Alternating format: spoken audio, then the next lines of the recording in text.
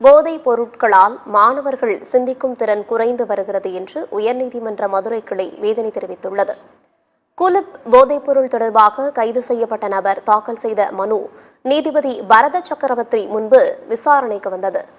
பள்ளிக்கல்லூரி மாணவர்கள் கூலிப் என்ற போதைப் பொருளுக்கு அதிக அளவில் அடிமையாகின்றனர் என்றும், இதுபோன்ற போதைப் பொருளை பாதுகாப்பற்ற உணவுப் பொருள் என அறிவித்தது ஏன் இந்தியா முழுவதும் தடை செய்யக்கூடாது எனவும் நீதிபதி கேள்வி எழுப்பினார். போதைப் பொருட்களில் இருந்து நமது குழந்தைகளை நாம் எவ்வாறு பாதுகாக்கப் போகிறோம் என்று கூறிய நீதிபதி, இதனால் இளம் தலைமுறையினர் சிந்திக்கும் திறன் குறைந்து வருகிறது வேதனை என்று குறிப்பிட்டுள்ளார்.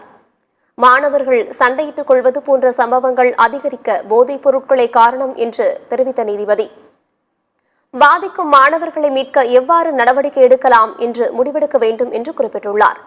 குலிப் தயாரிக்கும் நிறுவனங்களிடம் இருந்து GST வசூலிக்கப்படுகிறது என கூறிய நீதிபதி, இதுகுறித்து மத்திய மாநில அரசுகளிடம் கருத்துக்களை கேட்டு தெரிவிக்க அரசு தரப்பு வழக்கறிஞர்களுக்கு உத்தரவிட்டுள்ளார்.